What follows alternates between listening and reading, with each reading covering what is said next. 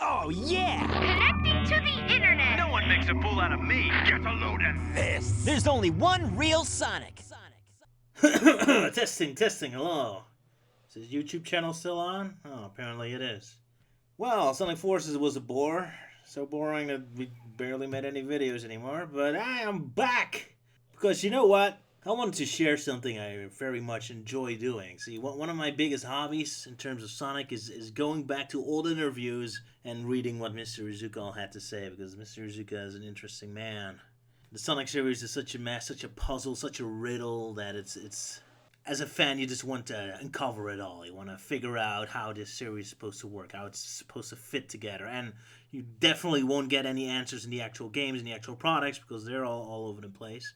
So instead, you go straight to the source, Mr. Iizuka, for example. So recently, I found this interesting interview, and I wanted to share it with you because there's a couple of little interesting things that amuse me. So apparently, this is a long Sonic Forces interview with Iizuka and Nakamura. I'm terrible with Japanese names, sorry. Of course, we all know Iizuka being the head of Sonic Team and Nakamura, the producer of Sonic 06 and the producer of Sonic Forces. I'm not entirely sure when it was exactly made. It seems a month before the game was released, so let's take a look at what they have to say, because a couple details fascinate me very much. For example, this already amuses me. So Iizuka talks about the trailer here. I think we showed the best game content we could to live up to fans' expectations. Again, he's talking about the original teaser that didn't show any gameplay at all. So what game content exactly? Cutscenes? I'll take that, only gameplay matters, people. So Nakamura says something very interesting here to me. He said, I haven't been the producer of a Sonic game since Sonic the Hedgehog, released in 2006. I thought maybe this Sonic was my own, and we had to reconsider it once again. This is the first traditional modern Sonic title in a long time. I think this title is cool for Sonic as always. Right, so couple things. First of all, this Sonic is his own, so Dark Edgy Sonic. So interesting to see he never got scared off of that. But what particularly interests me is this. Like, this is the first traditional modern Sonic title in a long time. What exactly does he mean with that? Now, the easy, lazy answers that you might be referring to Sonic Boom. Like, well, after Sonic Boom, this is finally the first modern Sonic title. Although, I think it's been such a long time, it's kind of weird to say about that. So now I'm kind of wondering, doesn't he consider Lost World and Generations, or maybe even Colors, as traditional modern Sonic games? What exactly is a traditional modern Sonic title? See, this interests me very much because I thought Sonic's identity is being really messy lately. So I'm always kind of wondering what's going on. What is modern Sonic exactly? So now here we have the producer of Sonic Forces himself kind of saying, like, well, we haven't really had an actual proper modern Sonic game in a while. It's like, what while? Which games do not qualify as modern Sonic games? Which I could get an answer to that. Unfortunately, the interview never asks, so we never get an answer. So let's continue. Question. This title doesn't look like the Sonic Boom series. I can feel the serious atmosphere here is emphasized.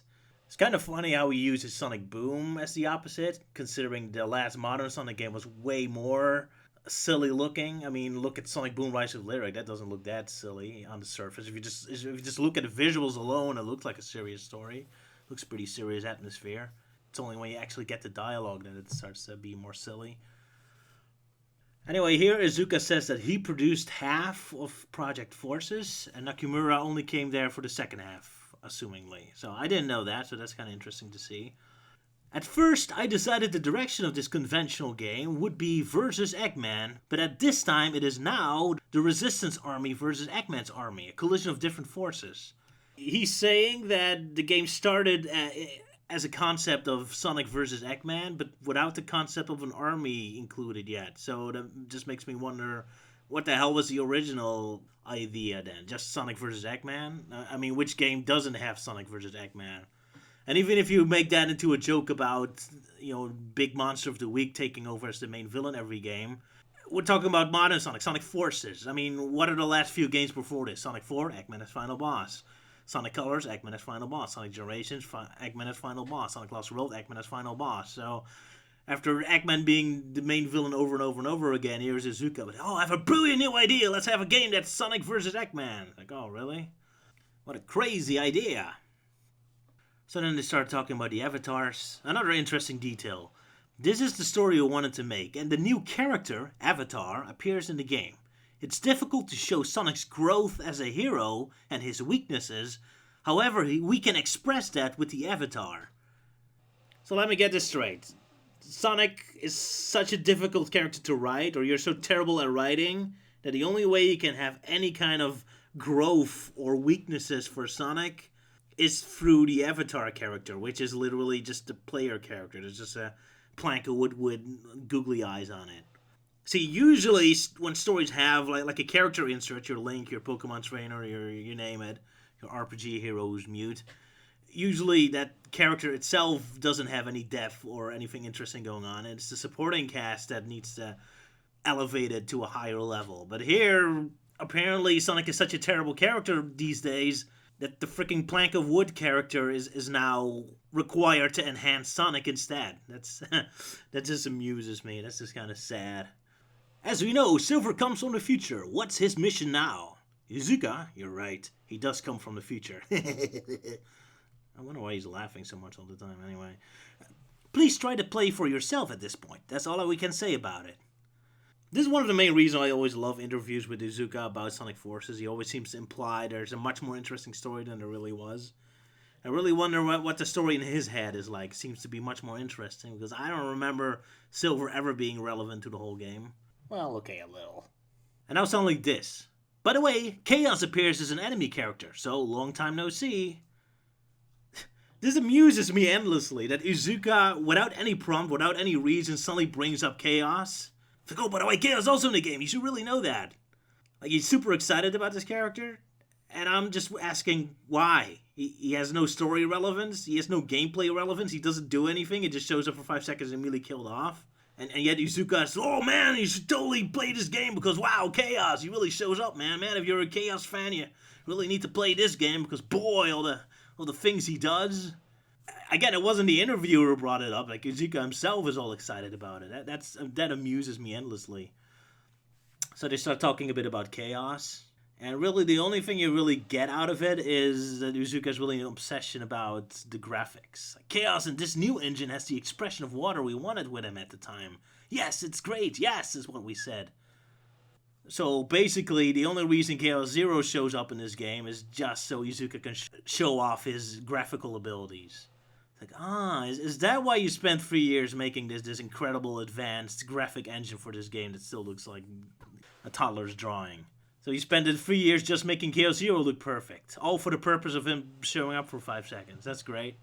I guess Iizuka was really, really upset about the original Sonic Adventure. Like, man, in Chaos this looks very terrible. So every single time his graphics make an improvement, he immediately wants Chaos to return just to show up the graphics. Like, oh, let's throw him in Generations. Oh, look how much better he is. Oh, here's Forces. Look how much better he is now. Ironically, the one time when it really mattered that he actually could make Chaos Zero look better, the Sonic Adventure remaster in 2003, there they actually made it worse. That's kind of sad. Oh well, that's Iizuka for ya. So yeah, look forward to having Chaos Zero, Perfect Chaos show up randomly in more future games. Every single time there's a new graphic engine. Here's Chaos! With a pointless cameo, just so Iizuka can jack off to his incredible ability to create water graphics, I guess. Nice to finally get some insight in his way of thinking. An all-star battle was another concept we had thought of. We also thought of how we could make such a game. Well, it seems you still didn't figure it out because I can't remember any of the all-stars ever doing anything in this game. Looking back at the old concept, I can say this is an all-star game too. Well, they show up, I guess. If we were to add even more characters, there wouldn't be enough enemies. Why? All the enemies are clones. And besides, there's really only 2 bad guys anyway, just Eggman and Infinite. Everything else is an illusion. It's one of the reasons why the enemy count had to continue to increase as well. Yes, good job. So you increase the amount of all-stars showing up, all of whom don't do anything. And to compensate, you make more villains who also don't do anything. So, great. Another very interesting line here. This fascinates me. Iizuka, this is also the first time for some enemies that should have died to appear once again in a new Sonic game. Huh. So basically, thanks to the Phantom Ruby, like out of all the villains it creates, those 4, at least 2 of them can't actually appear in a Sonic game again. 2 of them are apparently dead. So my question is, who of those 4 is actually dead? Ironically, the only character that had an explicit death scene is Shadow, except he's the only one we know for absolutely sure isn't dead, because he has the privilege of actually physically appearing in this game and interacting with his clone, so he's disqualified for that. So what are we left with? At first I thought Chaos would have been the dead one, although reading back to Sonic Adventure scripts, they never really say he's dead. He's just sealed into the Master Emerald, and he's a guardian. In fact, the BIOS and Sonic Battle still say he's still the guardian, he's still active. And as seen in Sonic Battle, he can even show up without the help of Phantom Ruby, so he should be disqualified. And then we have Zavok, who I never really knew if he survives Lost World or not. I mean, he did show up in almost every single game since, but those games are not canon, or just weird spin-offs, or he's just an illusion. The only time an actual physical alive Zavok showed up was in Team Sonic Racing, so he should be alive, I guess. Although his brain is completely gone. But then again, maybe Team Sonic Racing is a spin-off and doesn't count, I don't know. And then we have Metal Sonic. Can you even say a robot is dead? And you're telling me that Dr. Eggman can't make a new Metal Sonic in that case? You really need the Metal, like the Phantom Ruby, to do that for him? I really don't know where Metal Sonic is at this point in the story. I mean, the last time we actually saw Metal Sonic in the modern games was in Sonic Heroes, I think. In terms of chronological timeline anyway, where just Shadow took him away. I mean, Generations is just a memory, so that doesn't count. And Sonic 4? I'm not sure where Sonic 4 fits in the timeline. Oh yeah, Free Riders, I forgot about that game. So yeah, I don't know. But yeah, so what do you think, audience? Who do you think is the two dead characters from this team? I think there's a possibility, because Iizuka constantly talks as if the story in his head is completely different than we got in the final game. I've heard rumors that there used to be other villains showing up, like Mephiles. A lot of rumors Mephiles would show up in this game, so maybe that's the reason why he said, like, oh, a lot of dead villains showed up, because he still thinks that Mephiles is in the actual finished game somehow. Do you recommend playing Episode Shadow before the main game? Iizuka, the player can do that. The player can also play it after clearing the game to a certain extent. The player is free to do whichever. It depends on the person. Personally, I play the main part first, to some extent, and once I understand the character of Infinite, then I play Episode Shadow. In other words, you'll never play Episode Shadow, because I don't think you'd ever understand the character of Infinite, because the game never fucking explains anything! And the best part is, Episode Shadow is contradicting what we learn in the main game, so... Again, I think Iizuka has a completely different story in his head than what we ever really got in the actual game. I mean, the main game makes some vague illusions. He's created in a lab. Well, Shadow, he's an actual guy. All right, here's a couple lines that are kind of confusing. I'm not sure what this is all about. Mr. Iizuka, why are you laughing? Yeah, I wonder. All the interviewers constantly laughing about stupid things. But apparently, Nakamura can't talk about Iizuka, about Infinite in some way. Not sure what that's all about. By the way, what was the reason of making his name Infinite? Nakamura, I cannot tell you the origin of his name, but perhaps you'll know the meaning after you clear the game. Well, I cleared the game, I still don't know. Is it referring to the infinite ways how you fucked up this character and didn't do anything interesting with him? That's all I can think of. Infinite also has his own theme song, Infinite, on the official website. It's really cool. It definitely is a song that embodies Infinite's character. Disagree. He never lives up to his awesome song. Suddenly they start talking about the adventure games, how they have to do with Sonic Forces. The tag team stage gives up an adventure-styled vibe. Does it? I guess because you're shooting, so it's like the shooter levels? I guess the interview is just talking about the pyramid itself, as in Sonic Adventure 2 had a pyramid base, and this one has a pyramid base. Oh well. Sonic Adventure 2, and Sonic Heroes are all connected, but are they connected to this game? Interesting question. Iizuka, both Chaos and Zavok are present. What the fuck has Zavok to do with those games? However, this is not a spin-off. It is connected to the main series storyline. That's all I will say. Right. So, Chaos and Zavok cannot show up in a game that's not a spin-off? Or not to appear together? Like, what the hell does that mean? Does that confirm that Chaos and Zavok are the two characters that are dead? And does that mean that Sonic Battle and Team Sonic Racing are spin-offs? And does that mean that whenever a game is a spin-off, then characters that are supposed to be dead or not able to appear can magically appear with no explanation? And if that's the case, then why is Sonic Team always such a bitch to the comics? I mean, if Zavok and Chaos both are dead and can never show up in any game again, yet they keep yet they keep showing up in every single game because, well, they're spin-offs, so it doesn't count. Then can't the comic just use Fang and Chaos and Doom and Dr. Eggman Nega and everything they want? Like, what is it? Either have a strong timeline with very clear rules which characters are where and which characters are able to use, or have this open shots, oh, it's a spin-off, do whatever the hell you want attitude. Like, pick one.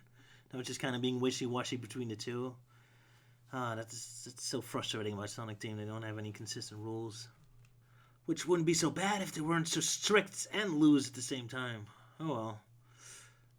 Okay, this question really amuses me. Question. This current title is mostly a news story then. Iizuka? That's right. Overseas fans will do well with this. Every time a new title comes out, they ask, is it new content? Laughs. Yes, Iizuka, really look in the mirror and think very carefully why every single time you make a new game, all of us keep asking, okay, is this an actual new game or is this more generation shit? I love it. So apparently the world is tired enough of their bullshit and their constant recycling of shit that Iizuka does constantly get questions about it every single time a new game comes out. Like, it's the same shit again, or do you actually have a new game this time? Poor Iizuka. Wait, why do we feel sorry for him? The Resistance logo has 2 stars on it. Is there a meaning behind this? Iizuka. Well, the star has always been a symbol in the Sonic series. Is it?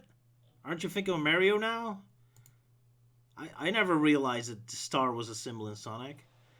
Granted, checking and doing research, I do see stars in Sonic's original logo, I guess. And I guess the red coins had a star, so I suppose he's kinda right. But how many of you ever thought of star as a Sonic symbol? Nakamura, actually, I like to think that the 2 stars represent Sonic and the Avatar. Laughs. So, Classic Sonic isn't qualified? Classic Sonic is not acknowledged here at all? In fact, now I think about it, Classic Sonic is never mentioned in his entire interview at all. At first I thought maybe because the interview was very old and was done on a very earlier stage, but then again, the very first thing we knew about Sonic Forces, the very first teaser, like as soon as this game was revealed, Classic Sonic was included. So there's never a point where we learned about Sonic Forces where we didn't know that Classic Sonic was in it. So that's kind of curious. But apparently Iizuka Nakamura doesn't seem to be aware Classic Sonic is in Sonic Forces. So as I said before, every time I read an interview about them, I always get the sense that there's an entirely different Sonic Forces that only exists in their brains and entirely different than ours. And quite frankly, probably a lot more interesting. Oh well. Nakamura, now that Eggman has dominated 99% of the world, he's feeling a bit full of himself. Iizuka, he says the world is already mine. Ha ha ha ha ha. Yes, if you got that across in the actual game, then Eggman would have been actually fun. Sadly, you only put it in the logo and nowhere else. So, that concludes this interview. In case the words sound a little off, it is directly translated from Japanese. It was actually a Japanese interview. I should have said it before and early in the video, but oh well. So there you go. An interview that I found very fascinating. So what do you guys think? Let us know in the comments. Not that we care, but, you know, YouTube algorithm and all that.